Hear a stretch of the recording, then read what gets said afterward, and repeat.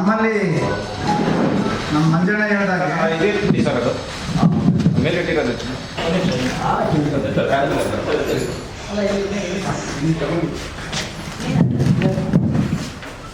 ಮಂಜಣ್ಣ ಹೇಳಿದಂಗೆ ಸರ್, ಸ್ವಾತಂತ್ರ್ಯ ಬಂದು 78 ವರ್ಷ ಕಳೆದು ಸುತ್ತಮುತ್ತಲಲ್ಲಿ ಕೂಡ ಆಳ್ಬಿದ್ದ ಮಂಟಪಗಳಲ್ಲಿ ಮತ್ತು ಬಸ್ ಸ್ಟ್ಯಾಂಡ್ಗಳಲ್ಲಿ ಕೂಡ ನಾವು ಭಿಕ್ಷೆ ಬೇಡಿ ಜೀವನ ಮಾಡ್ತಕ್ಕಂಥದ್ದೇನ ನಾವು. ನಮಗೆ 30 ವರ್ಷಗಳಿಂದ ಕೂಡ ನಮಗೆ ದಲಿತ ಪರ ಸಂಘಟನೆ ಜೊತೆ ನಾವು ಹೋರಾಟ ಮಾಡಿದ್ವಿ. ಅಂದರೆ ನಮಗೂ 1% ಸಿಗುತ್ತೆ ಅನ್ನೋ ಒಂದು ಆಸೆ ಭಾವ ಇಟ್ಕೊಂಡು. ಆದರೆ 19ನೇ ತಾರೀಕು ನಡೆದಂಥ ಘಟನೆ ನಮಗೆ ಮರಣ ಶಾಸನವಾಗಿದೆ. ನಮ್ಮ ಸಮುದಾಯಗಳು ಕಡೆಗಣಿಸಿದರು. ನಾವೇನು ನಮಗೂ ಒಂಚೂರು ಗೊತ್ತಾಗಿದ್ರೆ ಅದೇನೋ ನಾಗಮೋಹನ್ ದಾಸ್ ಅವರ ವರದಿ ಪ್ರಕಾರ ನಮ್ಗೆ ಸಿಗುತ್ತೆ ಅಂತೇಳಿ ಆಸೆ ಭಾವ ಇತ್ತು. ಆ ಆಸೆ ನಮಗೆ ಮರಣ ಶಾಸನ ಆಗಿ ಬಂತು. ನಂತರ ನಾವು ಪ್ರತಿದಿನ ಕೂಡ ನಾವು 11ನೇ ತಾರೀಕಿಂದ ಇವತ್ತು 33ನೇ ದಿವಸ ಆದ್ರೂ ನಾವು ಹೋರಾಟ ಮಾಡ್ತಾನೆ ಬಂದೀವಿ. ನಮಗೆ ನ್ಯಾಯ ಸಿಗಲಿಲ್ಲ. ಆ ಒಂದು ಉದ್ದೇಶದಿಂದ ನಾವು ಇವತ್ತು ಸನ್ಮಾನ್ಯ ರಾಹುಲ್ ಗಾಂಧಿ ಹತ್ರ ಕೂಡ ನಾವು ನಿಯೋಗವನ್ನು ಒಯ್ತಾ ಇದ್ದೀವಿ. ಆ ನಿಯೋಗಕ್ಕೆ ನಾವು ಪತ್ರ ಚಳವಳಿ ಕೂಡ ಮಾಡ್ತಾ ಇದ್ದೀವಿ. ಈ ಪತ್ರ ಚಳವಳಿ ಮೂಲಕ ನಾವು ರಾಜೀವ್ ಗಾಂಧಿ ಮಾನ್ಯ ರಾಹುಲ್ ಗಾಂಧಿ ಅವರಿಗೆ ಯಾಕೆ ರಾಹುಲ್ ಗಾಂಧಿ ಗಮನಕ್ಕೆ ತರ್ತಾ ಇದ್ದೀವಿ ಅಂದರೆ, ಕನ್ಯಾಕುಮಾರಿಯಿಂದ ಕಾಶ್ಮೀರ ಮಠ ನಾವು ದೀನ ದಲಿತರು ಮತ್ತು ಆದಿವಾಸಿಗಳು ಮತ್ತು ಅಲೆಮಾರಿಗಳಿಗೆ ನಾನು ಆ ಬುಡಕಟ್ಟು ಸಮುದಾಯಗಳಿಗೆ ನ್ಯಾಯ ಒದಗಿಸಿದಂತೇಳಿ ಅವರ ಪಾದಯಾತ್ರೆ ಮೂಲಕ ಹೋದಾಗೆಲ್ಲ ನಮ್ಮ ಬುಡಕಟ್ಟು ಸಮುದಾಯಗಳ ಮತ್ತೆ ಜಾಸ್ತಿ ಕೂಡ ಅವರು ಭೇಟಿ ಮಾಡಿ ಅಲೆಮಾರಿಗಳು ಭೇಟಿ ಮಾಡಿ ಹೋದಂಥ ಸಂದರ್ಭ ಇರೋದ್ರಿಂದ ನಾವು ಅವರು ಪಾದಯಾತ್ರೆ ಬಂದಂಥ ಸಂದರ್ಭದಲ್ಲಿ ನಾವು ವಿವಿಧ ಅಲೆಮಾರಿಗಳು ಕೂಡ ಕಾಲ್ನಡಿಗೆ ಅವ್ರು ಬಂದಾಗ ಹನುಮನ ವೇಷ ಇರ್ಬೋದು, ಆಂಜನೇಯ ವೇಷ ಇರ್ಬೋದು, ನಾನಾ ರೀತಿ ನಾವು ವೇಷಗಳು ಕಟ್ಟಿಕೊಂಡು ಕೂಡ ಅವ್ರ ಜೊತೆಯಲ್ಲಿ ಕೂಡ ನಾವು ಪಾದಯಾತ್ರೆ ಮೂಲಕ ನಾವು ತಿಳಿಸಿದ್ವಿ. ಆ ಒಂದು ತಿಳಿಸಿರೋದ್ರಿಂದ ಇವತ್ತು ನಮಗೆ ಆಗಿರುವ ಅನ್ಯಾಯ, ಈ ರಾಜ್ಯ ಸರ್ಕಾರ ಮಾಡಿರುವ ಅನ್ಯಾಯದ ಬಗ್ಗೆ ನಾವು ರಾಹುಲ್ ಗಾಂಧಿ ಹತ್ರ ಕೂಡ ನಿಯೋಗ ಹೋಗ್ತಾ ಇದ್ದೀವಿ. ಅಲ್ಲಿ ಕೂಡ ಮಾತುಕತೆ ಮಾಡ್ತಾ ಇದ್ದೀವಿ. ಅಂದರೆ ಈ ರಾಜ್ಯ ಸರ್ಕಾರ ನಮ್ಮ ಹತ್ರ ಓಟ್ ರಾಜಕೀಯ ಮಾಡ್ತಾರೆ. ನಮ್ಮ ಹತ್ರ ಹಣಬಲನೂ ಇಲ್ಲ, ಜನಬಲನೂ ಇಲ್ಲ, ರಾಜಕೀಯ ಶಕ್ತಿ ಇಲ್ದಿರೋದ್ರಿಂದ ನಮ್ಮನ್ನ ಕಡೆಗಣಿಸಿರುವಂಥ ನನ್ನ ಭಾವನೆ. ಹಾಗಾಗಿ ಮೊನ್ನೆ ತಾನೇ ಹಣಬಲ ಜನಬಲ ತೋಳ್ಬಲ ಇರೋದ್ರಿಂದ ಅವರಿಗೆ ಸಾಕಷ್ಟು ಇವತ್ತು ಮನ್ನಣೆ ಕೊಟ್ಟು 1 ವಾರ ಗಡುವು ಕೊಟ್ಟು ಸಚಿವರೇ ಅಲ್ಲಿಗೆ ಬಂದರು. ಅಂದರೆ ನಾವು ಕಣ್ಣೀರಿನಲ್ಲಿ ನೀರು ತೊಳ್ತಾ ನಾವು ಮಳೆ ಗಾಳಿ ಅನ್ನೋದೇ ನಾವು ಭಿಕ್ಷೆ ಬೇಡಿ ತಿಂದು ನಾವು ಬಂದು ಹೋರಾಟ ಮಾಡಿದ್ರೆ ನಮ್ಮ ಹತ್ರ ಒಬ್ಬ ರಾಜಕಾರಣಿಗಳು ಬಂದಿಲ್ಲ. ಸೌಜನ್ಯಕ್ಕಾದರೂ ಒಬ್ಬ ಅಧಿಕಾರಿನೂ ಕಳಿಸಲಿಲ್ಲ. ಇದೇ ಎದ್ದು ಕಾಣ್ತದೆ ಇವತ್ತು ಈ ರಾಜ್ಯದಲ್ಲಿ. ಅಂದರೆ ಅಲೆಮಾರಿಗಳ ಮೇಲೆ ಎಷ್ಟು ಕಾಳಜಿ ಇದೆ ಈ ಸರ್ಕಾರಕ್ಕೆ ಅನ್ನೋದು ನಮಗೆ ಕಾಣ್ತಾ ಇದೆ, ತಮಗೂ ಕೂಡ ಕಾಣ್ತಾ ಇದೆ.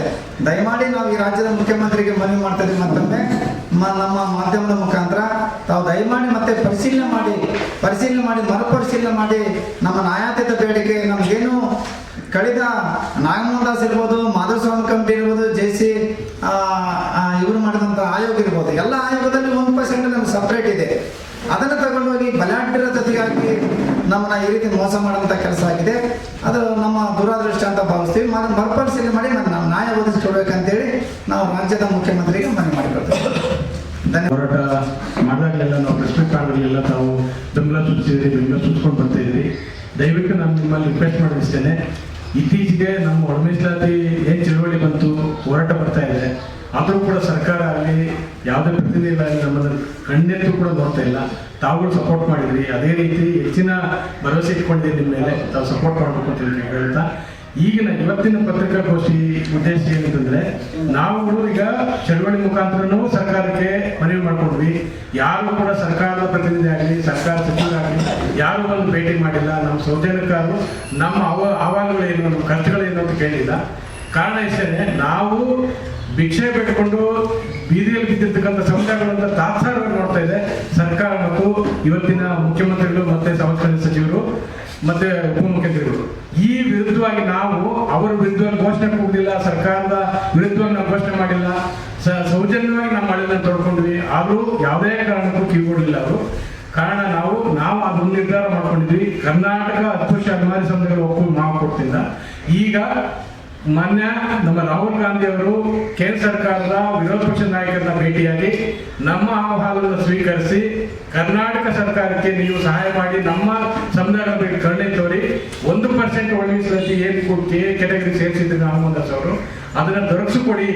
ನೀವು ನಿಮ್ಮ ಸರ್ಕಾರ ಇದೆ, ನಿಮ್ಮ ನೇತೃತ್ವ ಇದೆ, ನಿಮ್ಮ ಮಾತುಗಾರ ಬೆಲೆ ಕೊಡ್ತಾರೆ ಈ ಸರ್ಕಾರ ಅಂತ ಹೇಳಿ ನಾವು ಒತ್ತಾಯ ಮಾಡಲಿಕ್ಕೆ ಮಾಡ್ತಾ ಇದೀವಿ. ಜೊತೆಗೆ ನಾವು ಇಡೀ ರಾಜ್ಯ ರಾಜ್ಯಾದ್ಯಂತ ಕರ್ನಾಟಕ ರಾಜ್ಯದಲ್ಲಿ ಅಲೆಮಾರಿ ಸಮುದಾಯಗಳು 49 ಸಮುದಾಯಗಳು, ಜೊತೆಗೆ ಅತಿಸೂಕ್ಷ್ಮ ಸಮುದಾಯಗಳು 10 ಸಮುದಾಯಗಳು, ಒಟ್ಟು 59 ಸಮುದಾಯಗಳು ಒಟ್ಟಾರೆಯಾಗಿ ಪತ್ರ ಚಳವಳಿ ಮಾಡ್ತಾ ಇದ್ವಿ. ಇದ್ರ ಮುಖಾಂತರ ಕೂಡ ರಾಹುಲ್ ಗಾಂಧಿ ಅವರಿಗೆ ಎಚ್ಚರಿಕೆ ತೋರಿಸ್ತಾ ಇದ್ವಿ, ನಮ್ಮ ಅಳಲನ್ನ ತೋಡ್ಕೊತಾ ಇದ್ವಿ ಈ ಪತ್ರ ಚಳವಳಿ ಮುಖಾಂತರ. ಜೊತೆಗೆ ಜಂತರ್ ಮಂತರ್ನಲ್ಲಿ ಅವ್ರನ್ನ ಭೇಟಿಯಾಗಿ ಖಂಡಿತವಾಗಿ ಸರ್ಕಾರ ಕಿವಿ ಇಡಿ ನಮ್ಗೆ ನ್ಯಾಯ ಕೊಡಿಸ್ಕೊಡಿ ಅಂತ ಹೇಳಿ ನಾವು ಅವ್ರ ಭೇಟಿ ಮಾಡ್ತಾ ಇದ್ವಿ. ಸುಮಾರು 1000 ಜನ ನಾವು ಅಲೆಮಾರಿ ಸಮುದಾಯಗಳ ಲೀಡರ್ಗಳು ಮತ್ತು ಮುಖಂಡರು ನಾವು ಜಂತರ್ ಮಂತರ್ಗೆ ದೆಹಲಿಗೆ ಪ್ರಯಾಣ ಬೆಳೆಸ್ತಾ ಇದ್ವಿ. ಹಾಗಾಗಿ ಸರ್ಕಾರ ಈ ಕೂಡ ಎಚ್ಚೆತ್ತುಕೊಂಡು ನಮ್ಗೇನು ದಕ್ಕಬೇಕು ಕೊಡ್ಬೇಕು ಅಂತ ಇತ್ತು 1% ಅದು ಮೀಸಲಾತಿಯನ್ನು ಕೊಡಿಸ್ಕೊಡ್ಬೇಕು ಅಂತ ಹೇಳಿ ತಮ್ಮ ಮುಖಾಂತರ ನಾನು ಈ ಮೂಲಕ ಕೇಳ್ಕೊತಾ ಇದ್ದೀನಿ. ಜೊತೆಗೆ ರಾಹುಲ್ ಗಾಂಧಿ ಅವರು ಕೂಡ ಇದರ ಬಗ್ಗೆ ಗಮನಿಸಿ ಸೂಕ್ತವಾದ ನಿರ್ಧಾರ ತಗೊಳ್ತಾರೆ, ಅವ್ರು ನಮ್ ನ್ಯಾಯ ಕೊಡಿಸ್ತಾರೆ ಅಂತ ಹೇಳಿ ನಾನು ಈ ಮೂಲಕ ನಾನು ಭರವಸೆ ವ್ಯಕ್ತಪಡಿಸಿ ನಮ್ಮ ಸಂದರ್ಭ ತಮಗೆ ಬೇಡ್ಕೊತಾ ಇದ್ದೀನಿ. ನಮಸ್ತೆ. ಚನ್ನದಾಸರ ಸಮುದಾಯದಿಂದ ಮಹಿಳಾ ರಾಜ್ಯಾಧ್ಯಕ್ಷರಾಗಿ ನಾವು ಮಾತಾಡ್ತಾ ಇರೋದು. ಸರ್ವೇ ಸಾಮಾನ್ಯ ಎಲ್ಲ ಜನರಿಗೂ ಅರ್ಥ ಆಗಿದೆ. ಇಡೀ ಕರ್ನಾಟಕದಾದ್ಯಂತ ಅಲೆಮಾರಿಗಳಿಗೆ ಆದಂತ ಅನ್ಯಾಯದ ಬಗ್ಗೆ ಎಲ್ಲರಿಗೂ ಗೊತ್ತಾಗಿದೆ, ಎಂತ ದೊಡ್ಡ ಅನ್ಯಾಯ ಮಾಡಿದೆ ಈಗಿನ ಸರ್ಕಾರ ಅಂತ ಹೇಳಿ.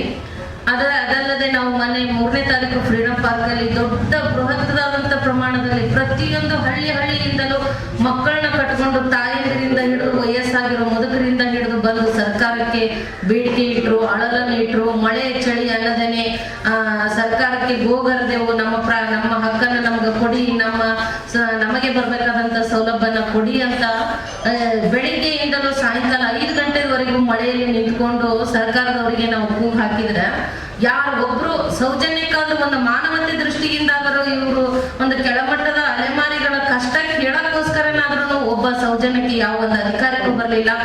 ಅವತ್ತಿನ ದಿನ ನಮ್ಗೆಲ್ಲ ತುಂಬಾನೇ ದುಃಖ ಆಗಿದೆ. ಹಾಗಾಗಿ ಬಲ ಇದ್ದವರಿಗೆ ಜನ ಬೆಂಬಲ ಕೊಡ್ತೈತಿ ಅನ್ನೋದು ಸ್ಪಷ್ಟವಾಗಿ ಗೊತ್ತಾಗಿದೆ. ಮೊನ್ನೆ ಎಲ್ಲ ಲಂಬಾಣಿ ಸಮುದಾಯದವ್ರು ಮಾಡಿರೋ ಸಂಘಟನೆ ನೋಡಿದ್ರೆ ಅವರಿಗೂ ನಮಗೂ ಎಷ್ಟೊಂದು ಸರ್ಕಾರ ಭಿನ್ನಾಭಿಪ್ರಾಯ ಮಾಡಿದೆ. ಒಂದೇ ತಾಯಿ ಮಕ್ಕಳಿಗೆ ಅವ್ರಿಗೊಂದು ನಮ್ಗೊಂದು ನ್ಯಾಯ ಕೊಡ್ತಾ ಇದೆ. ನಮ್ಮ ಸರ್ಕಾರ ಕಾಂಗ್ರೆಸ್ ಸರ್ಕಾರದ ಮೇಲೆ ನಮ್ಗೆ ತುಂಬಾ ನಂಬಿಕೆ ಇತ್ತು, ಈ ಸತಿ ಮೀಸಲಾತಿ ನಮ್ಮ ಬಡವರ ಪರವಾಗಿ ಮಾಡ್ತಾರೆ ಸರ್ಕಾರ ಅಂತ. ಆದ್ರೆ ನಮ್ಮ ಎಲ್ಲರ ಅಲೆಮಾರಿಗಳ ಕುತ್ತಿಗೆಯನ್ನು ಕೊಯ್ದು ಬಿಟ್ಟಿದ್ದಾರೆ. ಈಗಿರೋದು ನಮಗೆ ಒಂದೇ ಒಂದು ಏನು ಹುಲ್ಲುಕಡ್ಡಿ ಆಸ್ತ್ರ ಅಂತಾರಲ್ಲ, ಹೊಳಿಗೆ ಬಿದ್ದಾಗ ಒಂದು ಹುಲ್ಲುಕಡ್ಡಿ ಆಸ್ತ್ರಕ್ಕೆ ಬದುಕುತ್ತೆ ಒಂದು ಮನುಷ್ಯ ಅಂತ ಹೇಳ್ತಾರೆ. ಅದೇ ತರ ನಾವೀಗ ನ್ಯಾಯನ ಆಸ್ತ್ರ ಮಾಡ್ಕೊಂಡು ಅದರಿಂದ ಗೆದಿತೀವಿ ಅನ್ನೋ ಒಂದು ಆಶಾಭಾವನೆಯಿಂದ ಮುಂದೆ ನುಗ್ಗುತ್ತೀವಿ. ನೋಡೋಣ ಸರ್ಕಾರ ನಮ್ಗೆ ಎಷ್ಟು ಸ್ಪಂದಿಸುತ್ತೆ.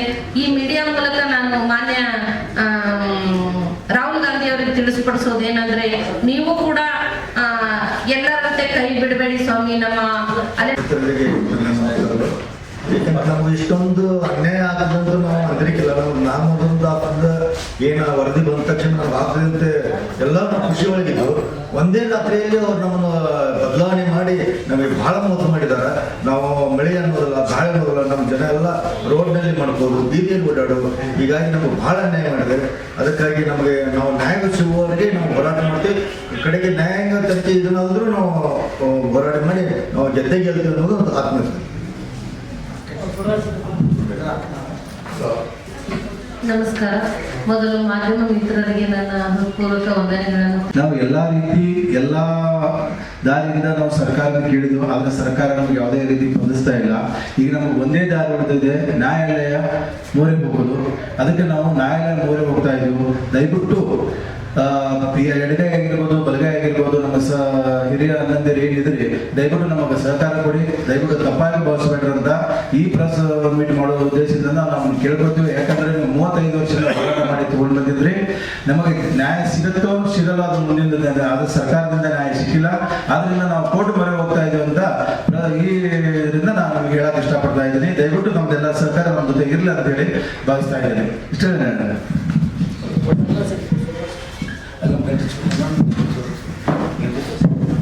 ಎಲ್ಲ ಮಾಧ್ಯಮ ಖಂಡಿತ ರಾಜ್ಯ ಉಪಾಧ್ಯಕ್ಷರಾಗಿ